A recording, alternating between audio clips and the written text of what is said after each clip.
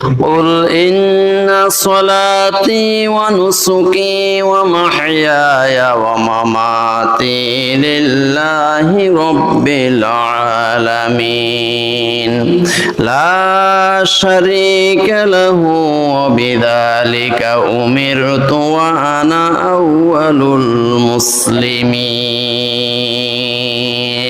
সূরা আনআম আয়াত 162 163।